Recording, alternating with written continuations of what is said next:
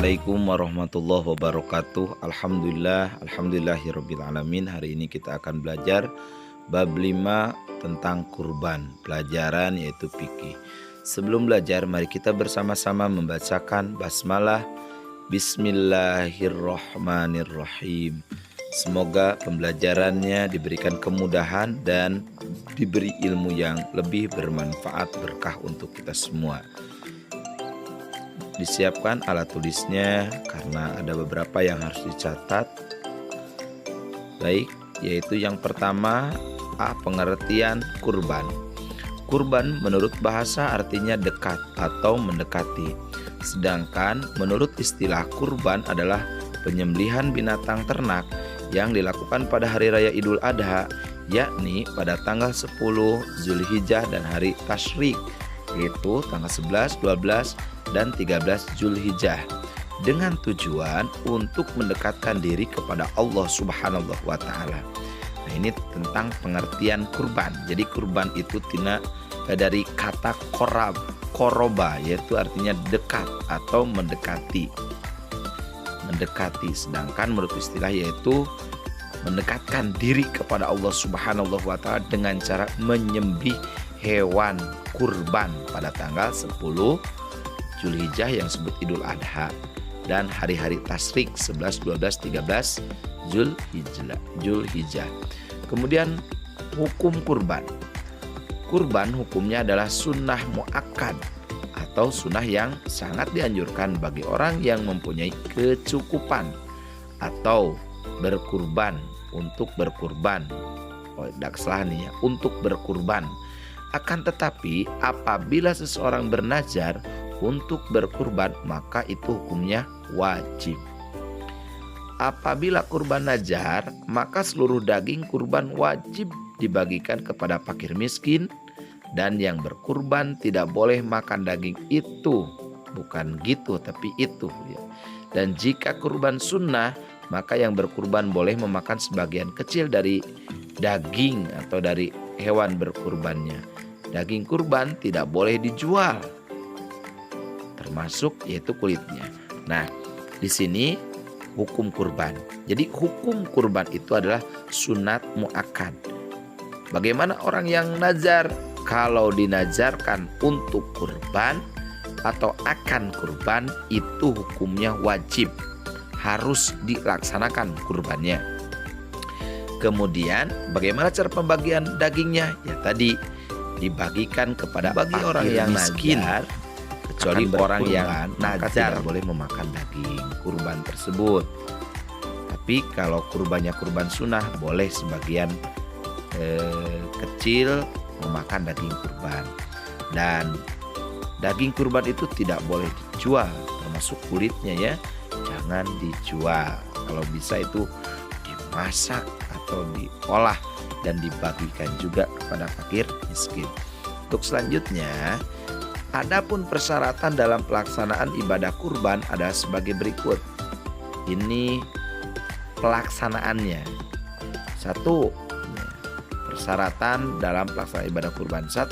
Orang yang berkurban harus mampu menyediakan binatang kurban. Tidak boleh menghutang. Ya, sakamampuhna beli hewan kurbannya itu. 2. Binatang yang akan dikurbankan harus memenuhi syarat. Apa saja syaratnya? Nanti kita bahas syarat hewan yang boleh dijadikan hewan kurban.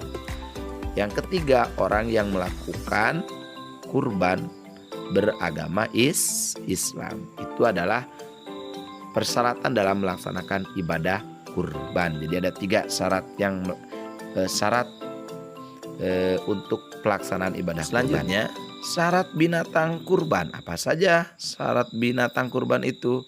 Yang pertama, tidak cacat, hewannya tidak cacat. B, tidak sedang hamil atau baru lahir atau melahirkan. C, tidak kurus. D, telah cukup umur, yaitu kambing minimal 2 tahun, domba 1 tahun, sapi atau kerbau 2 tahun, unta 5 tahun. Itu untuk umurnya. E, disembelih pada waktu yang telah ditentukan sesuai hukum Islam. Disembelihnya yaitu tanggal 10 yang disebut 10 Zulhijjah itu lebaran Idul Adha. Kemudian hari tasyrik 11, 12, 13 Zulhijjah atau bulan haji. Itu waktu untuk menyembelih hewan kurban. Nah, ini syarat binatang kurban ya. Sama ekah juga ini syaratnya. Binatangnya, syarat binatang yang digunakan ekah sama dengan syarat binatang yang bisa digunakan kurban.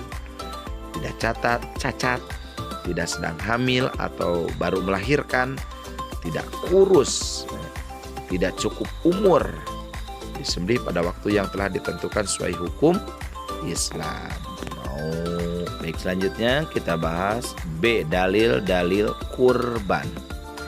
Adapun dasar hukum kurban ada sebagai berikut. 1. Quran surat Al-Kautsar ayat 1 sampai 3. A'udzubillahi minasyaitonirrajim. Bismillahirrahmanirrahim. Inna a'tainakal kautsar fasholli lirabbika wanhar. Inna syani'aka huwal abtar. Artinya sesungguhnya kami telah memberimu Muhammad nikmat yang banyak, maka laksanakanlah sholat karena Tuhanmu dan berkurbanlah. Sungguh orang yang membencimu dialah yang terputus dari rahmat Allah Subhanahu wa taala. Quran surat Al-Kautsar ayat 1 sampai 3. Dan yang kedua hadis Nabi Muhammad sallallahu alaihi wasallam. An Abi Hurairah radhiyallahu anhu qala Rasulullah sallallahu alaihi wasallam, man kana lahu sa'atun walam yudh wala yuqarribanna musallana, rawahu Ahmad. Nah, ini adalah dalil-dalil kurban baik dari Al-Qur'an maupun dari hadis Nabi Muhammad sallallahu alaihi wasallam. Ini surat Al-Kautsar yang biasa ya dijelaskan para alimin ulama, guru-guru kita tentang kurban ya. Fasholli lirabbika wanhar. Dirikanlah sholat dan sembelihlah hewan kurban. Itu jadi dalil. Kemudian arti dari hadis yang tadi adalah artinya dari Abu Hurairah radhiyallahu anhu. Dia berkata Rasulullah sallallahu alaihi wasallam bersabda, barang siapa yang mempunyai kecukupan untuk berkurban dan dia tidak suka berkurban, maka janganlah mendekati tempat salat kami. Hadis riwayat Ahmad dan Ibnu Majah. Artinya Rasul tidak ridho apabila orang diberi kecukupan, apabila orang memiliki harta banyak tetapi tidak suka, tidak ada niat untuk mengeluarkan kurban, melaksanakan hewan kurban. Kurban itu setiap tahun ya, selagi ada rizki, selagi ada kesempatan kita diberikan nikmat Allah berupa harta, maka setiap tahunnya kita melaksanakan kurban. Beda dengan ekah, cukup 1 kali ya, sesuai dengan jumlah laki-laki 2 domba, perempuan 1 domba, itu untuk ekah. Catatan C, tata cara kurban.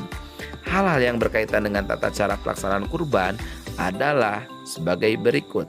A, membaca basmalah. Jadi ketika kita mau melaksanakan kurban, yang pertama membaca basmalah. Yang kedua membaca sholawat kepada Nabi Muhammad SAW. Allahumma sholli ala Sayyidina Muhammad wa ala ali Sayyidina Muhammad. Cukup seperti itu juga. Sholat Ibrahimiyah boleh. Kemudian 3, membaca takbir sebagaimana lafaz takbir pada hari raya. Allahu Akbar, Allahu Akbar, Allahu Akbar, la ilaha illallah, Allahu Akbar, walillahil hamd. Nah, seperti itu membaca takbir. Kemudian yang keempat, ketika menyembelih membaca doa. Doanya Bismillahi Allahumma taqabbal min Muhammadin wa ali Muhammadin wa min ummati Muhammadin. Ini doanya. Dan doanya juga ada sebagian guru-guru yang beda ya, tidak jadi masalah. Yang penting tadi dibacakan basmalah, sholawat, baca takbir ya, dan menyembelihnya yaitu membaca doa. Doanya salah satunya adalah yang ada pada buku fikih ini atau pelajaran fikih ini, yaitu Bismillahi Allahumma taqabbal min Muhammadin wa ali Muhammadin wa min ummati Muhammadin. Itu yang ada pada buku fikih atau pelajaran fikih. Untuk selanjutnya kita akan membahas apa hikmah atau manfaat daripada kurban. Apa sih manfaat kurban dan hikmahnya juga apa? Mari kita lanjutkan untuk selanjutnya, yaitu manfaat dan hikmah berkurban. 1.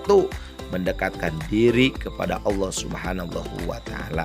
Kurban, karena kurban itu kan tadi artinya mendekatkan. Mendekatkan apa? Ya mendekatkan diri kita kepada siapa? Kepada Allah. Dengan cara apa? Menyembelih hewan. 2. Mengikuti sunnah Nabi Ibrahim dan Nabi Muhammad SAW. Sunnah ya Nabi Ibrahim yang melaksanakan kurban, dan begitu pun baginda Rasul.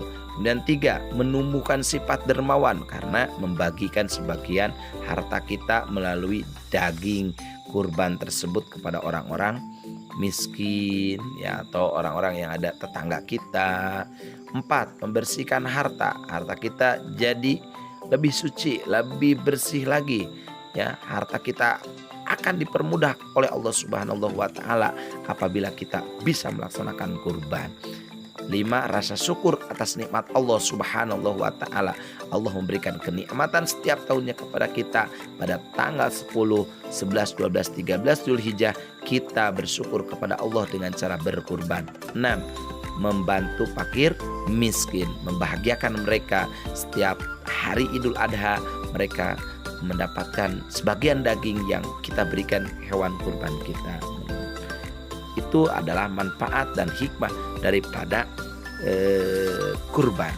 Semoga bermanfaat dan mendapatkan ilmu yang berkah untuk kita semua, dan mendapatkan nikmat untuk kita sehingga kita bisa berkurban pada waktunya.